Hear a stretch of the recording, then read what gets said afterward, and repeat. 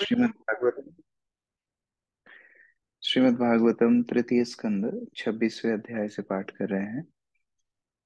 कल कपिल मुनि का प्रवचन शुरू हो चुका था और उन्होंने बताया किस प्रकार जीव अपनी प्रकृति से च्युत हो जाता है, किस प्रकार भगवान तीन गुणों वाली माया की सृष्टि करते हैं।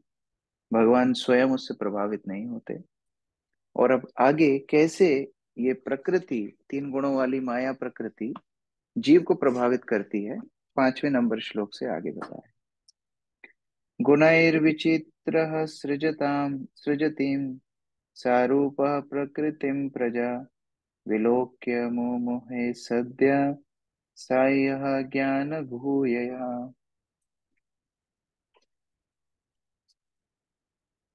गायत्री माता जी।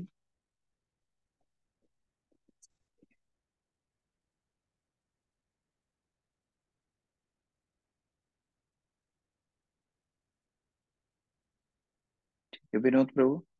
हरे कृष्ण। हरे हरे कृष्ण कृष्ण प्रभु जी। प्रभु। हरे कृष्ण प्रभु जी। दंडवत प्रणाम। वो माइक अपने में तीन गुणों अपने तीन गुणों से अनेक प्रकारों में विभक्त ये भौतिक प्रकृति जीवों के स्वरूपों को उत्पन्न करती है और इसे देखकर सारे जीव माया के ज्ञान आच्छादक गुण से मोहग्रस्त हो जाते हैं। हरे कृष्ण प्रभु। तो ये प्रकृति क्या करती है? सर्वप्रथम शरीरों की सृष्टि करती है। अनेक अनेक जीवों की जो अलग अलग शरीर हैं, अलग अलग योनि है, इनकी सृष्टि तीन गुणों के माध्यम से होती है। सतोगुण, रजोगुण, तमोगुण। कुछ शरीर रजोगुण में है, कुछ शरीर तमोगुण में है, कुछ शरीर सतोगुण में। जैसे गाय का शरीर सतोगुण में माना गया है, हाथी का शरीर रजोगुण में माना गया है, जो भेड़िए इत्यादि हैं इनका शरीर, कुत्ते हैं इनका शरीर तमोगुण में माना गया है। इस तरह अनेक अनेक अनेक शरीरों की उत्पत्ति हुई और जीव इन शरीरों के प्रति आसक्त हो जाता है। तो माया शक्ति से आसक्त होना मतलब क्या है? अपने शरीर के प्रति आसक्त होना। ये सामान्यतः भौतिक बंधन का कारण है, अपने शरीर से आसक्त होना और अपने शरीर के जो संबंध है उनसे आसक्त होना। तात्पर्य राहुल प्रभु।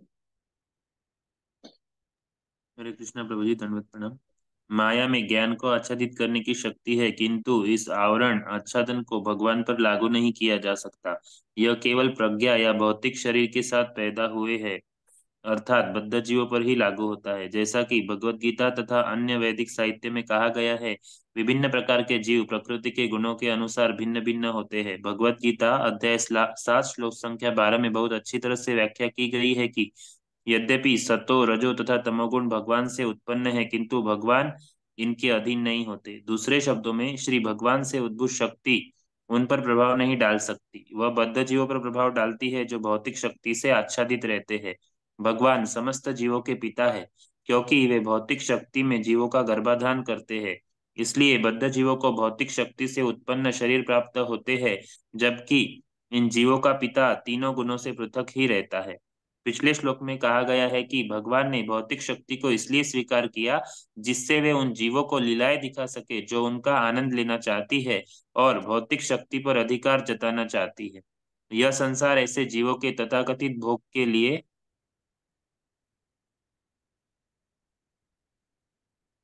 भगवान की भौतिक शक्ति से उत्पन्न किया गया है। बद्ध जीवों के कष्टों के लिए इस भौतिक जगत की उत्पत्ति क्यों हुई, यह अत्यंत जटिल प्रश्न है। पिछले श्लोक में लीलया शब्द में, जिसका अर्थ भगवान की लीलाओं के लिए है, इसका संकेत मिलता है। भगवान बद्ध जीवों के भोगपरक स्वभाव को सुधारना चाहते हैं। भगवत गीता में कहा गया है कि भगवान ही एकमात्र भोक्ता है, अतः यह भौतिक शक्ति उसके लिए उत्पन्न की गई है जो भोग करने का स्वांग भरता है। यहाँ एक उदाहरण उपयुक्त होगा। सरकार को पृथक पुलिस विभाग की आवश्यकता नहीं पड़ती, किंतु यह वास्तविकता है कि कुछ नागरिक राज्य के नियमों का पालन नहीं करेंगे, अतः आतताइयों से निपटना आवश्यक हो जाता है। आवश्यकता न रहने पर भी आवश्यकता रहती है। इसी प्रकार बद्ध जीवों को कष्ट देने के लिए इस भौतिक जगत को उत्पन्न करने में कोई आवश्यकता न थी, किंतु साथ ही कुछ ऐसे लोग हैं जो नित्यबद्ध है, अर्थात निरंतर बद्ध रहते हैं।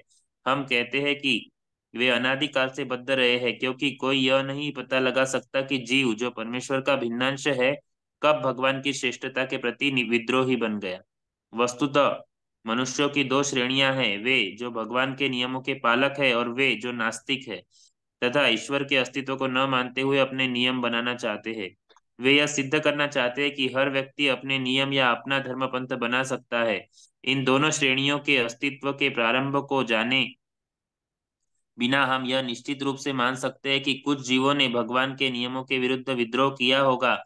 ऐसे जीव बद्ध जीव कहलाते हैं, क्योंकि वे तीनों गुणों में बंधे होते हैं। इसलिए यहाँ पर गुणैर विचित्रा शब्द व्यवहृत हुए हैं। इस संसार में 84 लाख योनियां हैं। आत्माओं के रूप में ये सभी इस जगत से परे है। तो फिर ये जीवन की विभिन्न अवस्थाओं में अपने आप को क्यों प्रदर्शित करते हैं?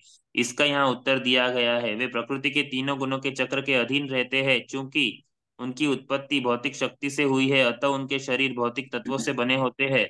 भौतिक शरीर से आच्छादित होने के कारण आध्यात्मिक स्वरूप समाप्त हो जाता है। इसलिए यहाँ पर मुमुहे शब्द प्रयुक्त हुआ है, जिससे इंगित होता है कि वे अपने आध्यात्मिक स्वरूप भूल गए हैं। आध्यात्मिक स्वरूप की यह विस्मृति जीवों में पाई जाती है, क्योंकि वे प्रकृति की शक्ति से आच्छादित होने के कारण बद्ध रहते हैं। एक अन्य शब्द भी प्रयुक्त हुआ है, ज्ञान गुहया। गुहा का अर्थ है आवरण। चूंकि छोटे छोटे बद्ध जीवों का ज्ञान आच्छादित रहता है, अतः वे अनेक योनियों में प्रकट होते हैं। श्रीमद् भगवद गीता के प्रथम स्कंद के 7वें अध्याय में कहा गया है, जीव भौतिक शक्ति से मोहित रहते हैं। वेदों में भी कहा गया है कि शाश्वत जीवात्माएं विभिन्न गुणों से आच्छादित रहती है और वे तिरंगी जीव लाल, सफेद तथा नीली कहलाती है। लाल रंग रजोगुण का प्रतीक है, श्वेत सतोगुण का और नीला तमोगुण का प्रतीक है। ये प्रकृति के गुण भौतिक शक्ति से संबंधित होते हैं। फलतः विभिन्न गुणों के अंतर्गत जीव भिन्न प्रकार के शरीर पाते हैं। क्योंकि वे अपनी आध्यात्मिक पहचान के प्रति विस्मरणशील रहते हैं, अतः शरीरों को आत्मा स्व मानते हैं। बद्ध जीव के लिए मुझ का अर्थ शरीर है, यह मोह कहलाता है। कठोपनिषद में बारंबार कहा गया है कि पूर्ण पुरुषोत्तम भगवान कभी भी भौतिक प्रकृति द्वारा प्रभावित नहीं होते। वे तो दरअसल बद्ध जीव या परमेश्वर के अत्यंत सूक्ष्म अंश है, जिन पर भौतिक प्रकृति का प्रभाव पड़ता है और जो भौतिक गुणों के अधीन विभिन्न शरीरों में दिखाई पड़ते हैं। हरे कृष्णा। तो यहाँ पर एक बहुत विशेष सिद्धांत बता रहे हैं कि जीव भौतिक माया के वश में आ कैसे जाता है। एक बार शिल प्रभुपाद जी मॉर्निंग वॉक कर रहे थे, और वॉक करते समय वो एक कैनल, एक नदी के किनारे में थे। तो वहां पर देखा कि एक बड़ा जहाज, क्या होता है, बड़े जब जहाज चलते हैं तो काफी ईंधन खर्च होता है। तो अगर उनको पार्किंग या कहीं पर एक स्थान से दूसरे स्थान ले जाना होता है तो क्या करते हैं, एक छोटी सी स्पीड बोट से उसको खींचा जाता है। आपने एरोप्लेन्स में भी देखा होगा, छोटी सी एक गाड़ी होती है जो एरोप्लेन्स को कभी कभी खींच के एक स्थान से दूसरे स्थान ले जाती है, क्योंकि एरोप्लेन खुद को चला के ले जाने में काफी ईंधन खर्च होता है। तो पार्किंग में इधर उधर ले जाने के लिए छोटी एक स्पीड बोट से वो बड़ी स्पीड बोट को ले जाया जा रहा है। तो प्रभुपाद अपने शिष्यों को पूछते हैं कि तुम ये देख करके क्या सीखे। अभी सब शिष्य एक दूसरे को देख रहे थे, क्या सीखे अभी इसको कैसे अपने आध्यात्मिक जीवन में अपनाए। तो प्रभुपाद उनको बताते हैं, देखो ये छोटी नाव बड़ी नाव को खींच के क्यों ले जा पा रही है, क्योंकि बड़ी नाव का इंजन बंद है। अगर बड़ी नाव का इंजन चालू होता तो छोटी नाव की बस की नहीं है कि उसको खींच के ले जाए। उसी प्रकार से माया शक्ति भौतिक शक्ति है और जीव आध्यात्मिक है। जीव आत्मा है, आत्मा मतलब आध्यात्मिक अंश है भगवान का, तो वो ज्यादा शक्तिशाली होना चाहिए। लेकिन मुश्किल क्या है, जीव का अभी इंजन बंद है, उसकी कृष्ण भावनामृत बंद है, उसकी कौन सा शारीरिक चेतना चालू है। तो जब वो अपने आप को जड़ मानता है, शारीरिक मानता है, अपने इंजन को बंद रखता है, तो फिर माया शक्ति उसको खींच के ले जाती है। और कैसे ले जाती है, शरीरों के प्रति आसक्त करके। जैसे तीन रंगों से मिश्रण करके अनंत अनंत अनंत तरह के रंग बनाए जा सकते हैं। जैसे क्या तीन मेन रंग होते हैं ना, जो रेड, ब्लू और येलो, इनको मिला करके कई कई रंग बनाए जा सकते हैं। उसी तरह से तीन गुणों के प्रभाव से, सत्वगुण रजोगुण तमोगुण के प्रभाव से कई कई शरीरों की उत्पत्ति माया करती है, और उनसे शरीर से जीवात्मा आसक्त हो जाते हैं। अब भगवान के ऊपर जिम्मेदारी बढ़ जाती है इन जीवात्माओं को वापस लाने की। कैसे इनको वापस लाएं, तो वो एक विशेष लीला करते हैं। उस लीला का नाम है सृष्टि लीला। ये जो भौतिक संसार है वो है सृष्टि लीला।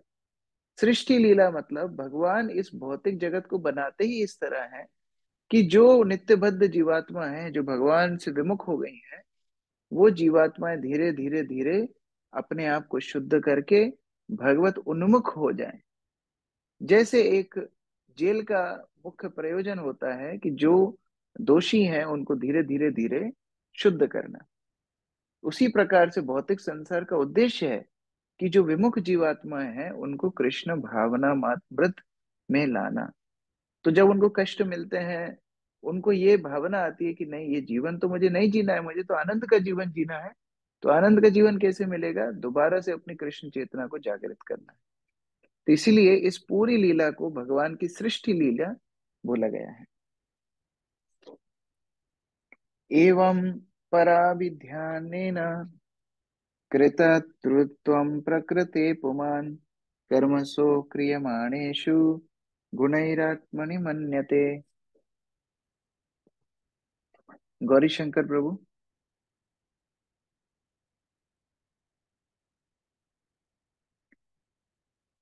दंडवत प्रणाम प्रभु जी। हाँ, पढ़िए।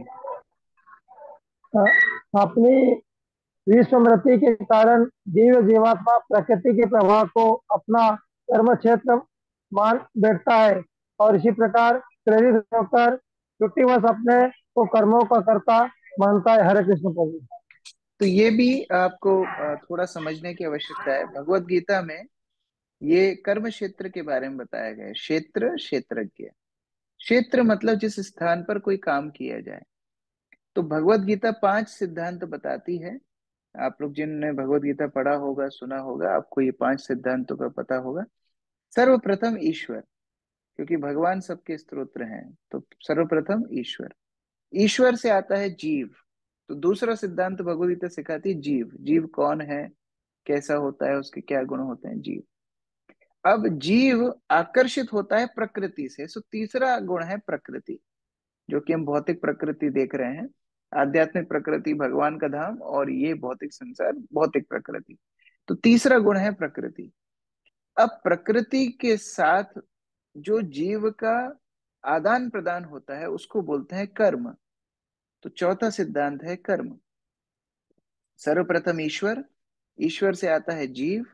जीव आकर्षित होता है प्रकृति से। प्रकृति में जो क्रियाएं जीव करता है उसको बोलते हैं कर्म।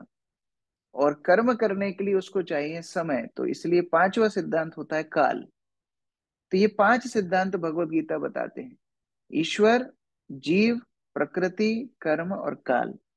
तो यहाँ पर वही प्रकृति को कर्म क्षेत्र बोला गया है, क्योंकि कर्म करने के लिए जो स्थान चाहिए वो है प्रकृति। तो ये प्रकृति जीवात्मा का कर्म क्षेत्र बन जाती है। यद्यपि जीवात्मा का मूल कर्म क्षेत्र क्या है?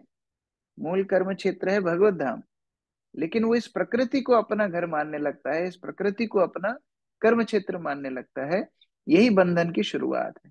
तो वो विस्मृति में, मतलब भगवान को भूलने के कारण, ये प्रकृति को अपना कर्म क्षेत्र मानने लगता है।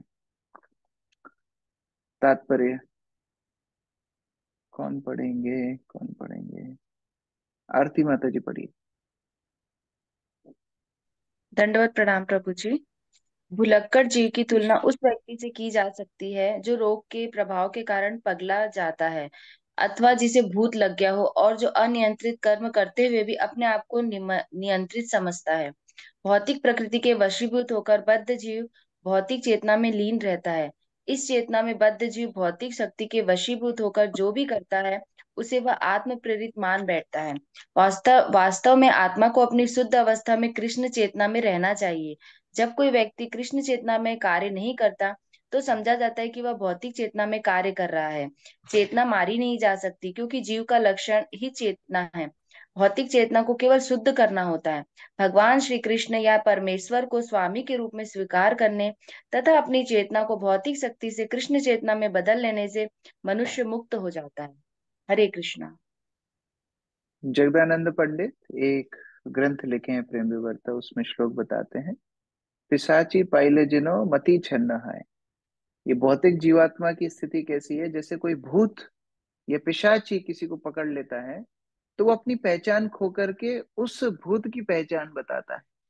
उसी तरह भौतिक प्रकृति के वश में आकर के जीवात्मा शरीर को अपनी पहचान बताता है। लेकिन जब कोई तांत्रिक या ओझा आकर के मंत्र उच्चारण करता है तो वो भूत भाग जाता है और असली पहचान व्यक्ति की पुनः जागृत हो जाती है। इसी प्रकार गुरु हमारे जीवन में आते हैं और कौन से मंत्र फूकते हैं? हरे कृष्ण कृष्ण कृष्ण हरे हरे, हरे राम राम राम हरे हरे। प्रतिदिन हम भगवान का नाम जब जप करते हैं, धीरे धीरे ये भौतिक प्रकृति का आकर्षण कम होकर के पुनः हमारा कृष्ण दास का जो शाश्वत स्वरूप है जागृत हो जाता है। तदस्य संसृति बंधा परातंत्रयं च तत्कृतम् भवति आकर्तुर ईशस्य साक्षिणो निवृत्तात्मनः। प्रमोदानंद प्रभु जी। हरे कृष्ण प्रभु जी। बौद्धिक चेतना ही मनुष्य के बद्ध जीवन का कारण है, जिसमें परिस्थितियां जीव पर हावी हो जाती हैं। यद्यपि आत्मा कुछ भी नहीं करना और ऐसे कर्मों से परे रहता है, किंतु इस प्रकार वह बद्ध जीवन में प्रभावित होता है। हरे कृष्ण प्रभु। तो ये भौतिक चेतना, जब जीवात्मा अपने आप को शरीर मानता है, यही चेतना बंधन का कारण है। और अब क्योंकि वो अपने आप को शरीर मानने लगा है, तो शरीर के सारे कर्तव्यों को अपना कर्तव्य मानता है, शरीर के दुख को अपना दुख मानता है, शरीर के सुख को अपना सुख मानता है, शरीर के संबंधियों को अपना संबंधी मानता है। शरीर को कष्ट होता है तो उसको भी दुख होता है, और शरीर की मृत्यु को अपनी मृत्यु मानता है। इस प्रकार से जीव धीरे धीरे धीरे भौतिक बंधन में पड़ता चला जाता है। आत्मा का इस भौतिक संसार से नहीं तो कोई संबंध ही नहीं है, लेकिन केवल और केवल शारीरिक चेतना, भौतिक चेतना होने के कारण आत्मा अपने आप को इस भौतिक संसार का अंश मानने लगती है। अभी भी जो लोग सुन रहे होंगे इस सिद्धांत को, वो लोग के मन में यही बात आ रही होगी, हाँ ठीक है लेकिन परिवार तो है ही, ठीक है बात तो सही है लेकिन देश तो है ही। ये बात क्या है, ये इतना अंदर घुल गया है चेतना में, शारीरिक चेतना, इतना भौतिक जीवन घुल गया है कि वो मन से निकालना बड़ा मुश्किल है। धीरे धीरे धीरे जब भगवत नाम जप करते हैं, गुरु कृष्ण की सेवा करते हैं और शरण लेते हैं, तब धीरे धीरे ये आसक्तियों से हम बाहर निकलने के लिए अग्रसर होते हैं। अनिकेत प्रभु पढ़िए तात्पर्य। हरे कृष्णा प्रभु जी, दंडवत प्रणाम। तात्पर्य: मायावादी विचारक जो परम आत्मा तथा व्यष्टि आत्मा में अंतर नहीं कर पाता, कहता है कि जीव की बद्धावस्था उसकी लीला है, किंतु लीला का अर्थ है भगवान के कार्यकलापों में नियोजित होना। मायावादी इस शब्द का गलत प्रयोग करते हैं और कहते हैं कि भले ही जीव मलभक्षी शूकर क्यों न बन जावे, वह अपनी लीलाओं का आनंद भोगता है। यह अत्यंत घातक व्याख्या है। वस्तुतः परमेश्वर समस्त जीवों के नायक तथा पालक हैं। उनकी लीलाएं किसी भी भौतिक कार्य से परे हैं। भगवान की ऐसी लीलाओं को जीव के बद्ध कर्मों तक घसीट कर नीचे नहीं लाया जा सकता। बद्ध जीवन में जीव भौतिक शक्ति के हाथों में बंदी जैसा बना रहता है। भौतिक शक्ति जो भी कराती है, बद्ध जीव करता है। उसका अपना कोई रोजी प्लीज स्क्रॉल डाउन। उसका अपना कोई उत्तरदायित्व नहीं रहता, वह कर्म का साक्षी मात्र रहता है, किंतु उसे कृष्ण के साथ अपने शाश्वत संबंध को न समझने के अपराध में ऐसा करने के लिए बाध्य किया जाता है। इसलिए भगवान कृष्ण भगवत गीता में कहते हैं कि माया इतनी प्रबल है कि वह दुर्लंघ्य होती है, किंतु यदि केवल इतना ही जान लें कि उसकी स्वाभाविक स्थिति कृष्ण की सेवा करना है और यदि वह इस नियम के अनुसार कार्य करता चले, तो वह कितना ही बद्ध क्यों न रहे, माया का प्रभाव तुरंत दूर हो जाता है। भगवत गीता के 7वें अध्याय में इसका स्पष्ट कथन हुआ है। जो कोई असहाय होने के कारण कृष्ण की शरण लेता है, उसका भार कृष्ण ले लेते हैं और इस तरह माया का प्रभाव मिट जाता है। आत्मा वास्तव में सच्चिदानंद है, शाश्वत आनंद तथा ज्ञान से पूर्ण, किंतु माया के चंगुल में वह बारंबार जन्म मृत्यु रोग तथा वृद्धावस्था का कष्ट पाता है। मनुष्य को इस सांसारिक परिस्थिति से निपटने तथा अपने आप को कृष्ण भक्ति तक लाने के लिए उद्योगशील रहना होता है, क्योंकि इस तरह उसके दीर्घकालीन कष्टों का सहज ही अंत हो सकता है। संक्षेप में कहा जा सकता है कि बद्ध जीव को जो कष्ट मिलता है वह प्रकृति के प्रति उसकी आसक्ति के फलस्वरूप होता है। इसलिए इस आसक्ति को जड़ पदार्थ से श्री कृष्ण में स्थानांतरित कर दिया जाना चाहिए। हरे कृष्ण। दंडवत प्रणाम। तो लीला का अर्थ होता है जो अपनी इच्छा से करे। तो जीवात्मा तो अपनी इच्छा से भौतिक शरीर में आया नहीं है। नहीं तो हर व्यक्ति अपने माता पिता का चुनाव कर सकता, मैं कहाँ जन्म लूंगा इसका चुनाव कर सकता, मैं कब मरूंगा इसका चुनाव कर सकता। लेकिन क्योंकि हम इन सब वस्तुओं के प्रति बाध्य हैं, ये हमारा जन्म बद्ध जीवन है। और भगवान स्वयं अपने माता पिता का चुनाव करते हैं, स्वयं कहाँ जन्म लेना है वह चुनाव करते हैं, कब तक लीला करना है ये चुनाव करते हैं। इसलिए भगवान की हर क्रिया को लीला बोला गया है। तो मायावादी दार्शनिक बोलते हैं कि नहीं सभी तो लीला है, नहीं, भौतिक जीव बंधन में है, वो लीला नहीं कर रहा है। लेकिन भगवान जब अपने धाम से यहाँ पर आते हैं, वो स्वयं स्व माया या अपनी इच्छा से आते हैं, अपनी माया को जो निर्देश देते हैं उनके अनुसार अपनी लीला करते हैं, इसलिए वो बंधन में नहीं पड़ते। कार्य कारण कृत्वृत्ते कारणम प्रकृतिम विदुः भोक्तृत्वे सुख दुखानाम पुरुषम प्रकृते परम। अर्चना माता जी। हरे कृष्ण प्रभु जी। बद्ध जीव के भौतिक शरीर इंद्रियों तथा इंद्रियों के अधिष्ठाता देवों का कारण भौतिक प्रकृति है। इसे विद्वान मनुष्य जानते हैं। स्वभाव से दिव्य ऐसी आत्मा के सुख तथा दुख जैसे अनुभव अनुभव स्वयं आत्मा द्वारा ही उत्पन्न होते हैं। हरे कृष्ण। तो यद्यपि शरीर, इंद्रियां, इंद्रियों के देवता इत्यादि सब भौतिक प्रकृति से जन्म लेते हैं, लेकिन क्योंकि आत्मा अपने आप को इनके साथ एकात्म कर लेती है, अपने साथ मानने लगती है, तो सुख और दुख का अनुभव आत्मा को होता है।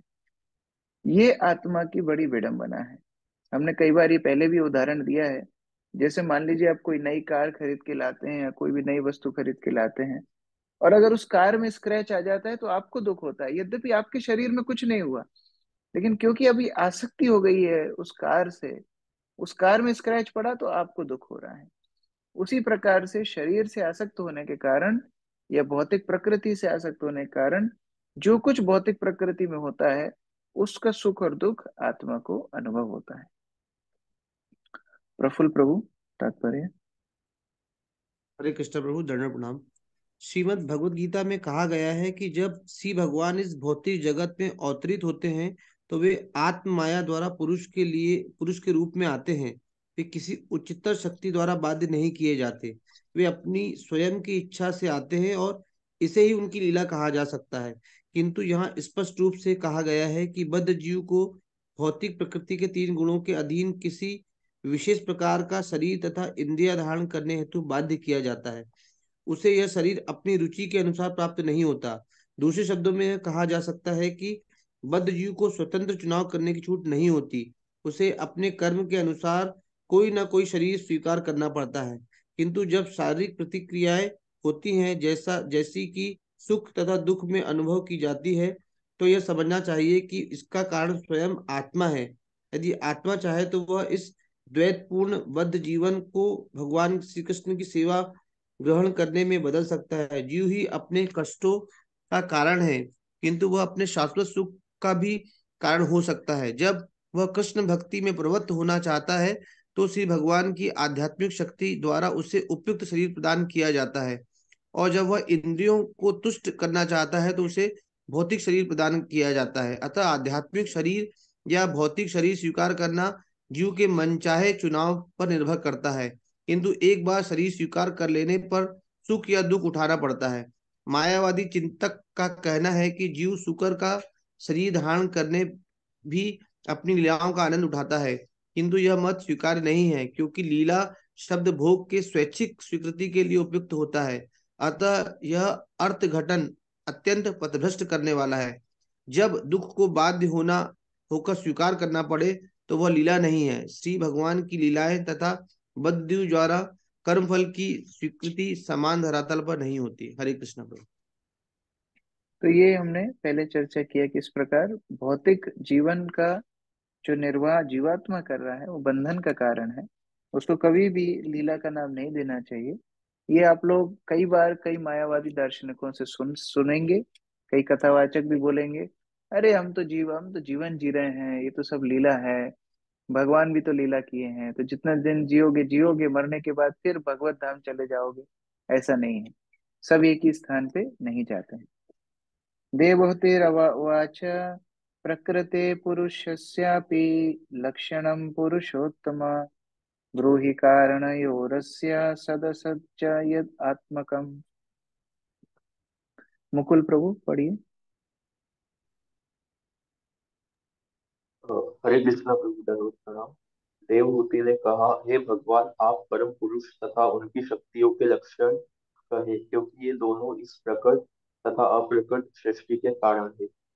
तो अभी भगवान की सारी शक्तियां जानना चाहती हैं देवहूति विस्तार से। तो देवहूति कपिल मुनि को निवेदन कर रही हैं, आप विस्तार से भगवान की सारी शक्तियों के लक्षण बताइए। क्या क्या लक्षण होते हैं, प्रकृति के क्या लक्षण हैं, जीव के क्या लक्षण हैं, और आपकी आध्यात्मिक शक्ति के क्या लक्षण हैं, किस प्रकार से हम इस जगत में इनके लक्षणों को देख सकते हैं। क्योंकि ये संशय सबके मन में होना चाहिए कि ठीक है, हमको भौतिक प्रकृति में नहीं पढ़ना है, तो कैसे पता पड़े कि भौतिक प्रकृति में हम पढ़ रहे हैं कि नहीं पढ़ रहे हैं। तो ये लक्षण पता नहीं होंगे तब तक हम बंधन में पढ़ सकते हैं। तात्पर्य आयुष प्रभु। हरे कृष्ण प्रभु जी, दंडवत प्रणाम। तात्पर्य: प्रकृति अर्थात भौतिक प्रकृति का संबंध परमेश्वर तथा जीवात्मा दोनों से है। ठीक वैसे ही जैसे कि स्त्री अपने पति से पत्नी के रूप में और बच्चों से माता के रूप में संबंधित होती है। श्रीमद् भगवद गीता में श्री भगवान कहते हैं कि यह माता प्रकृति के घर में जीवात्मा रूप संतानों को प्रविष्ट कराते हैं और फिर जीवों की समस्त योनियां प्रकट होती है। भौतिक प्रकृति के साथ समस्त जीवों के संबंध की व्याख्या की जा चुकी है। अब देवहूति प्रकृति तथा परमेश्वर के बीच जो संबंध पाया जाता है उसके विषय में पूछती है। इस संबंध का परिणाम प्रकट तथा अप्रकट भौतिक जगत बताया गया है। अप्रकट भौतिक जगत सूक्ष्म महत तत्व है और इस महत तत्व से दृश्य भौतिक जगत प्रकट हुआ है। वैदिक साहित्य में बताया गया है कि परमेश्वर की दृष्टि डालने से समस्त भौतिक शक्ति गर्भित हो जाती है और तब भौतिक प्रकृति से प्रत्येक वस्तु उत्पन्न होती है। श्रीमद् भगवत गीता के 9वें अध्याय में भी पुष्टि की गई है कि उन्हीं की दृष्टि के अंतर्गत अध्यक्षेण अर्थात उनके निर्देशन तथा उन्हीं की इच्छा से प्रकृति कार्य करती है। ऐसा नहीं है कि प्रकृति मनमाने ढंग से कार्य करती है। भौतिक प्रकृति के प्रसंग में बद्ध जीवों की स्थिति को समझते हुए देवहूति ने जानना चाहा कि प्रकृति कैसे श्री भगवान के निर्देशन में कार्य करती है और भौतिक प्रकृति तथा श्री भगवान के बीच कैसा संबंध होता है। दूसरे शब्दों में उन्होंने यह जानना चाहा कि भौतिक प्रकृति के संदर्भ में श्री भगवान के गुण क्या है। जीवात्मा का पदार्थ से और परमेश्वर का पदार्थ से जो संबंध है वह समान स्तर पर नहीं है, भले ही मायावादी इसका ऐसा अर्थघटन करते रहे। जब यह कहा जाता है कि जीवात्मा मोहग्रस्त होते हैं तो मायावादी दार्शनिक इस मोह को परमेश्वर पर आरोपित करते हैं, किंतु ऐसा होता नहीं है। ईश्वर कभी भी मोहग्रस्त नहीं होते। सगुणवादियों तथा निर्गुणवादियों का यही अंतर है। देवहूति अज्ञानी नहीं है, वह इतना तो समझती ही थी कि जीवात्मा परमेश्वर के तुल्य स्तर पर नहीं है। अत्यंत लघु होने के कारण जीवात्मा भौतिक प्रकृति द्वारा मोहग्रस्त या बद्ध होते रहते हैं, किंतु इसका अर्थ यह तो नहीं है कि परमेश्वर भी बद्ध या मोहग्रस्त होते हैं। बद्ध जीव तथा श्री भगवान के बीच का अंतर यही है कि श्री भगवान प्रकृति के स्वामी है, अतः वे प्रकृति के वश में नहीं होते। वे ना तो आध्यात्मिक प्रकृति के वशीभूत है और ना ही भौतिक प्रकृति के। वे स्वयं परम नियंता है और उनकी तुलना सामान्य जीवों से नहीं की जा सकती, जो भौतिक प्रकृति के नियमों द्वारा नियंत्रित होते हैं। इस श्लोक में सत तथा असत इन दोनों शब्दों का प्रयोग हुआ है। दृश्य जगत असत है, यह विद्यमान नहीं है, किंतु श्री भगवान की भौतिक शक्ति सत अर्थात चिर विद्यमान है। भौतिक प्रकृति सूक्ष्म रूप में श्री भगवान की शक्ति के रूप में सदैव विद्यमान रहती है, किंतु कभी कभी यह क्षणिक विश्व के रूप में भी प्रकट होती है। यहाँ पर माता तथा पिता का दृष्टांत दिया जा सकता है। माता तथा पिता दोनों का अस्तित्व है, किंतु माता संतान उत्पन्न करती है। इसी प्रकार यह दृश्य जगत जो परमेश्वर की अव्यक्त प्रकृति से उत्पन्न होता है, कभी प्रकट होता है और कभी अदृश्य हो जाता है, किंतु भौतिक प्रकृति सदैव विद्यमान रहती है और श्री भगवान इस भौतिक जगत के सूक्ष्म तथा स्थूल दोनों ही प्रकट के परम कारण है। हरे कृष्ण प्रभु जी। तो यहाँ पर अभी आगे देवहूति की जो जिज्ञासा है वो पूछना चाहती हैं किस प्रकार ये भौतिक प्रकृति भगवान से संबंधित है, कैसे प्रकृति के गुण हैं, कैसे आगे कार्य होते हैं। तीन मुख्य सिद्धांत हम लोग आगे पढ़ेंगे, प्रधान, महत्त्व और प्रकृति। प्रकृति मतलब जो भगवान की शक्ति रूप, माया शक्ति रूप में भगवान अपनी दृष्टिपात करते हैं। प्रधान, प्रधान मतलब जब सारे उपादान भौतिक संसार के निष्क्रिय अवस्था में रहते हैं उनको प्रधान बोला जाता है। जब ये सारी वस्तुएं सक्रिय अवस्था में आते हैं लेकिन फिर भी एक ही स्थान पे रहते हैं उनको महत्तत्व बोला जाता है। और उसके बाद जब इन उपादानों की सृष्टि होना शुरू हो जाती है एक एक जीवात्मा के शरीर के रूप में, एक एक प्रकृति के अलग अलग गुणों के रूप में, वो प्रकृति कहलाती है। तो ये अगले श्लोक से हम लोग समझेंगे और डिटेल में कि ये प्रधान, महत्त्व, प्रकृति, इनमें क्या अंतर है, किस प्रकार से आगे सृष्टि में इनका उपयोग भगवान अपनी सृष्टि लीला में करते हैं। हरे कृष्ण। ग्रंथराज श्रीमद् भागवतम की जय, श्री प्रभुपाद की जय। बसंत प्रभु प्रश्न है। हरे कृष्णा प्रभु जी, धन्यवाद प्रणाम जी। प्रभु जी, एक छोटा सा ये लास्ट लाइन में जो बता रहे हैं कि किंतु भौतिक प्रकृति सदैव विद्यमान रहती। एक्चुअल में भौतिक प्रकृति तो वो तो एक समय के बाद फिर से वो हो जाते हैं। तो वो आध्यात्मिक प्रकृति सदैव विद्यमान रहती है, तो ये नहीं, थोड़ा भौतिक कंफ्यूजन। प्रकृति भी देखिए, भगवान की शक्ति तो हमेशा ही रहती है, स्थायी है, लेकिन उसका क्रिया कभी होता है कभी नहीं होता है। जैसे मान लो आपकी मम्मी है, अभी वो कभी कभी भोजन बनाती हैं, कभी कभी नहीं बनाती। इसका मतलब ये नहीं है कि मम्मी ही नहीं है, ऐसा नहीं है। तो माया शक्ति तो हमेशा रहती है। माया शक्ति भौतिक संसार की सृष्टि करती है, फिर प्रलय होता है, सृष्टि होती है, प्रलय होता है, लेकिन माया शक्ति तो सदैव ही रहती है भगवान की। ये समझने वाली बात है। आप समझ पा रहे हैं मैं क्या बोल रहा हूँ?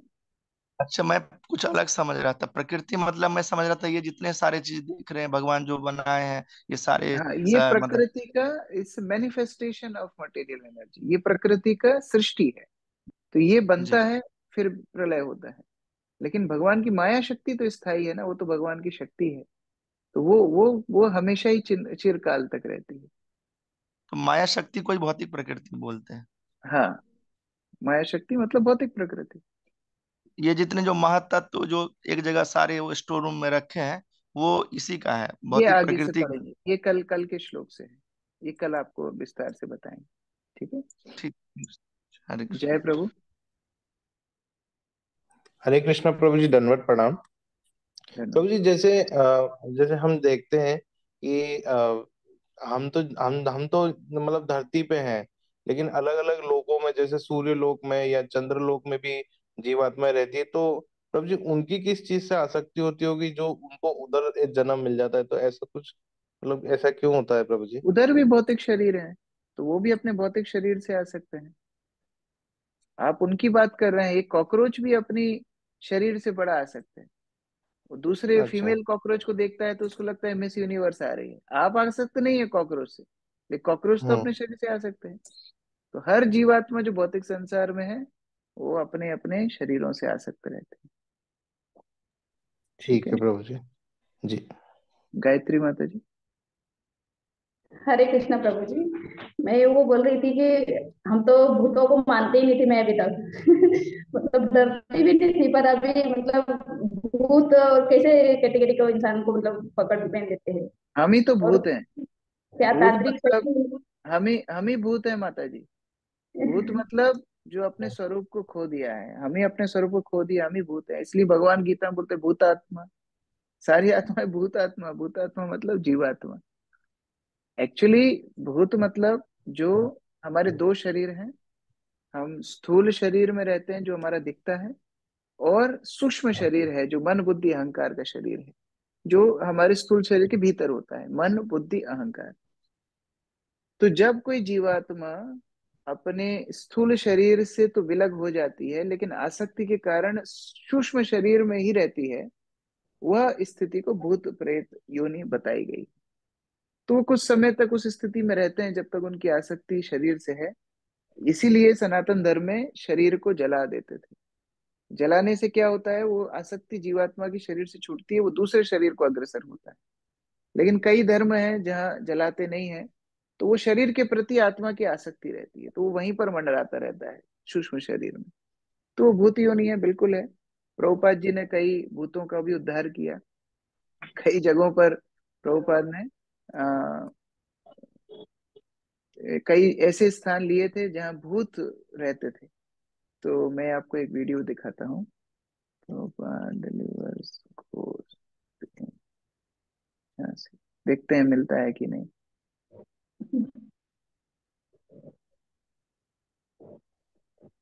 मिला तो है, हिंदी में है।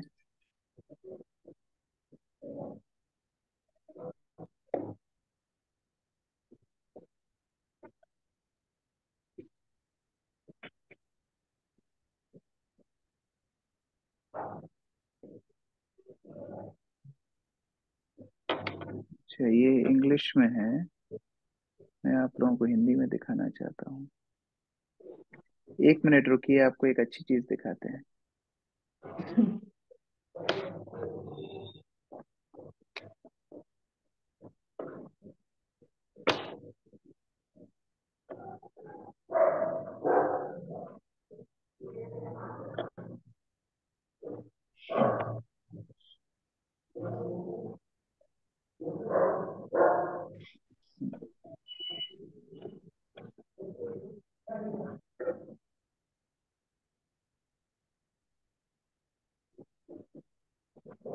ठीक है, मैं आप लोगों को ये वीडियो दिखा रहा हूँ, ध्यान से देखिए। भूत की कहानी दिखाते हैं थोड़ा।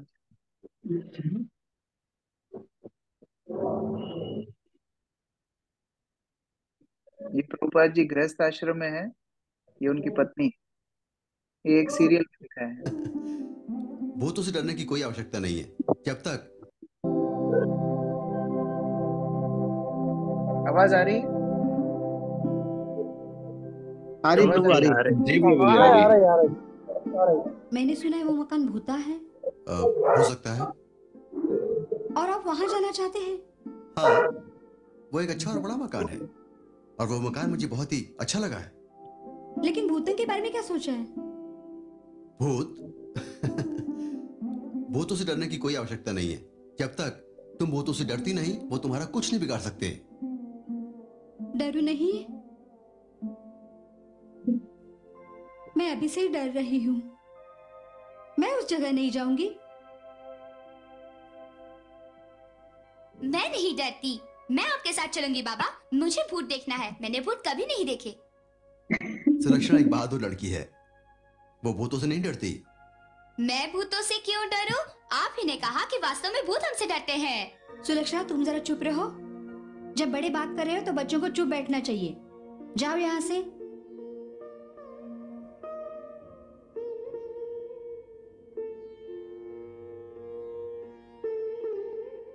देखो, वो मकान खाली है, इसीलिए वहां भूत है। लेकिन जब हम वहां जाएंगे तो चले जाएंगे। आखिरकार वो मनुष्यों से डरते हैं। मैंने कहा ना आपसे, मैं वहां नहीं जाऊंगी। केवल उसके ख्याल से मैं कांप जाती हूँ। राधा, मेरी योजना से हमेशा तुम सहमत क्यों नहीं होती हो?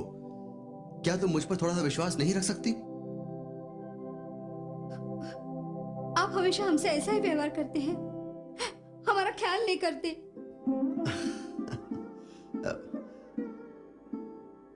चलो ऐसा करते हैं, तुम बच्चों के साथ यहीं पर रहो और मैं वहां जाकर रहता हूं।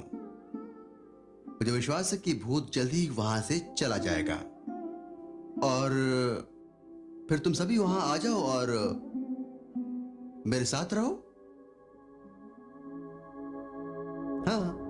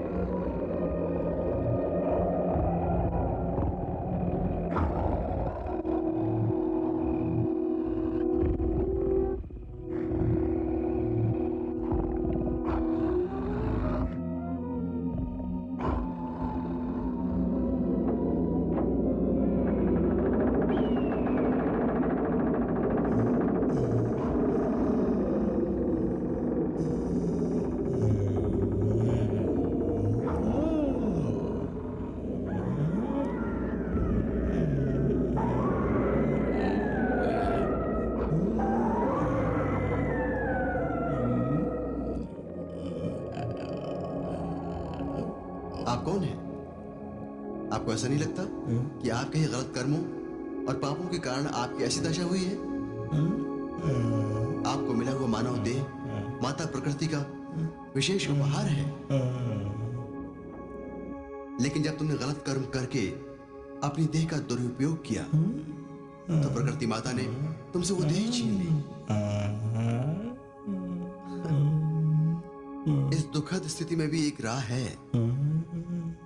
वास्तव में आपका पाप यह है कि आपने परमेश्वर के अस्तित्व को अस्वीकार किया है। यही तो पाप की जड़ है, समझे? अगर तुम उसकी शरण में जाओगे तो तुम्हारे सारे पाप अपने आप धुल जाएंगे। उसकी शरण में जाने का सही मार्ग है उसका पवित्र नाम स्मरण।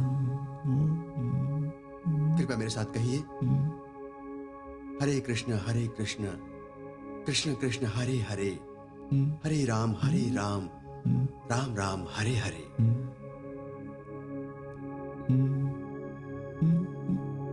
क्या बोल नहीं सकते? कोई बात नहीं, मैं ये पवित्र नाम जपता हूं और आप उसे ध्यान लगाकर सच्चे हृदय से सुनिए। ये नाम स्वयं भगवान के नाम से भिन्न नहीं है। पूर्ण रूप से अपने आप को समर्पित कर दीजिए और प्रार्थना कीजिए कि वो आपकी प्रत्येक गलती को क्षमा करे। हरे कृष्ण कृष्ण कृष्ण हरे हरे, हरे राम राम राम हरे हरे। हरे कृष्ण कृष्ण कृष्ण हरे हरे, हरे राम राम राम हरे हरे।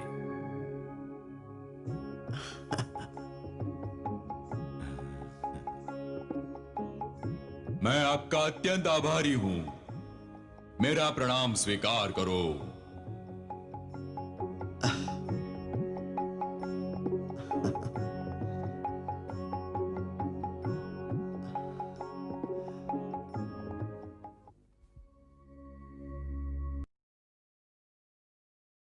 कृष्ण। प्रभुपाद जी ने हरे कृष्ण महामंत्र से भूत का भी उद्धार किया। तो कभी भी हरिनाम लेने से सारी अभद्र अपवित्र वस्तुओं का नाश होता है। जीवात्मा शुद्ध होके भगवत कृष्ण प्रेम प्राप्त करते हैं। हरे कृष्ण। प्रभुपाद की जय, सब वेद भक्तगण की जय। ठीक है, 4 और प्रश्न हैं तो कल लेंगे। आप लोग लिख के रखिए। दीपिका माता जी, प्रफुल्ल प्रभु, रेखा माता जी, मनीषा माता जी। हरे कृष्ण।